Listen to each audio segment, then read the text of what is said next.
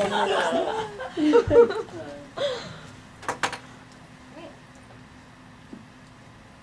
we rolling? Awesome. Gaydar. It's a social phenomenon that we've all heard of, but maybe only some of us believe in.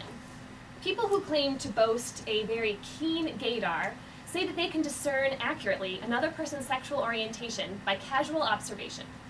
My name is Julia Rudolph, and in brief exposures, I will be introducing you all to a piece of exciting new research conducted by Rule M. Beatty of Tufts University that puts gaydar to the test. I'd like to begin the presentation with a small experiment.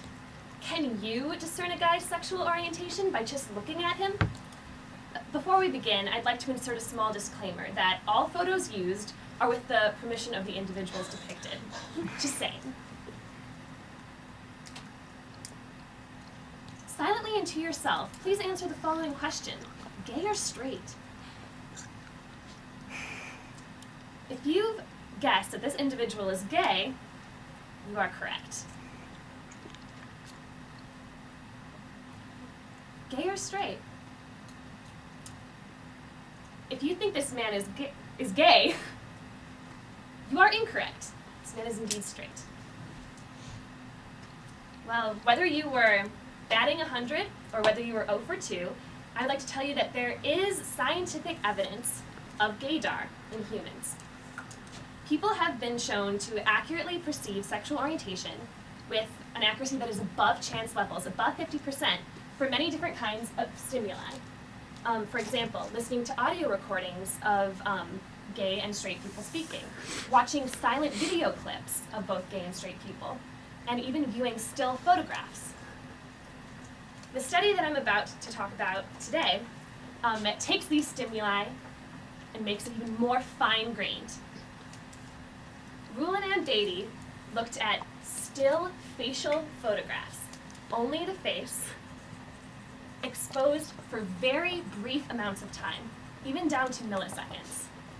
They hypothesized that viewers would indeed be able to accurately judge sexual orientation with an accuracy that is above chance from still facial cues for very brief exposure times. So how did they go about this?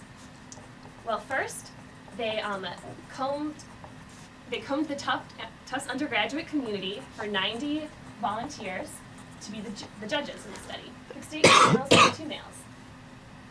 They also combed online dating websites for 90 images of male faces, 45 gay and 45 straight. Just like we did in the thought experiment, each participant sat in front of a computer and an image of the face is flashed on the screen.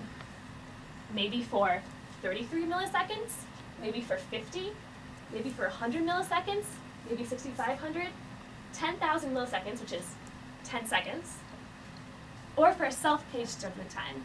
You could look at the picture, wait, think about it, and then press either the gay button or the straight button to make your classification. That's how the study went down. So what exactly were these stimuli like? What do these photographs look like? As I said before, all photographs were obtained from dating websites, and they only included the face. No neck, no shoulders, all of the extra facial information was edited out. Also, Rule and Beatty wanted the photos to be very standardized. Men could not be wearing glasses, they could not be, sport in bling, they could not have facial hair. Very standard. Also, all the photos were grayscaled. So here's an example of what one of the pictures might have looked like. There. So, what did they find? Were the viewers accurately able to guess sexual orientation, and for what amounts of exposure? They were indeed able to guess sexual orientation accurately with levels above chance, even at extremely brief exposure times. In this table, I've listed the exposure time in this column next to the mean percent accurate.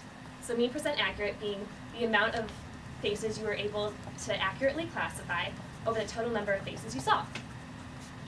As you can see, for every exposure time of 50 milliseconds or above, the group of viewers was able to correctly discern the sexual orientation with an accuracy that is above chance, above the 50% level. At 33 milliseconds, which is so fast that I think we can barely even conceive of it, they were right at chance, just like flipping a coin. But for everything above that, t-test showed that these results were statistically significant above chance. That's why I included a column of p-values. For 50 milliseconds or greater, all the p-values were below 0.001, which tells us that these results could have a 1 in 1,000 probability of occurring by chance. So basically it shows us that this is a very statistically significant result.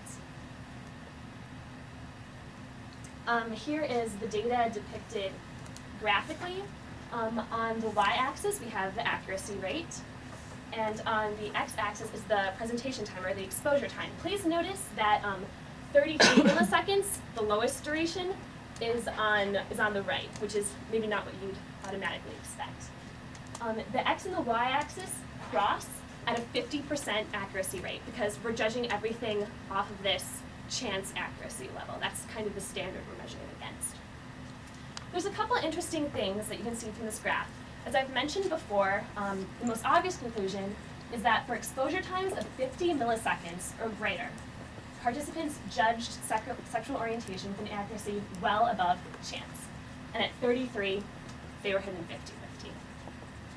50-50. Something also very interesting is that for an exposure time of 50 milliseconds meant the same thing as an exposure time of 10,000 milliseconds, which is 10 seconds. So basically, the fastest blink of an eye was the same thing as 10 whole seconds in this study. They were able to judge with the same amount of accuracy.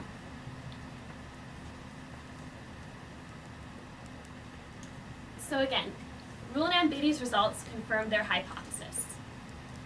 Participants were indeed able to judge sexual orientation with an accuracy greater than chance, and down to the extremely, extremely brief exposure time of 50 milliseconds. And as I just mentioned, there was no difference between an exposure time of 50 milliseconds and an exposure time of 100 or even 10,000 milliseconds. Rulin and Beatty saw this result and then proposed new avenues for research to spring right off of it. Do certain groups have better gaydar than others? They did not ask for the sexual orientation of the judges used in their study. I wish they would have.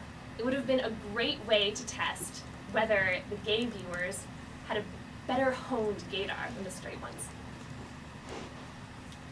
Also, if seeing a face for 15 milliseconds is enough to judge sexual orientation, what is it about the face that just gives us these strong instinctive cues? Is it the nose? Is it the eyes? Is it the twinkle in your eye?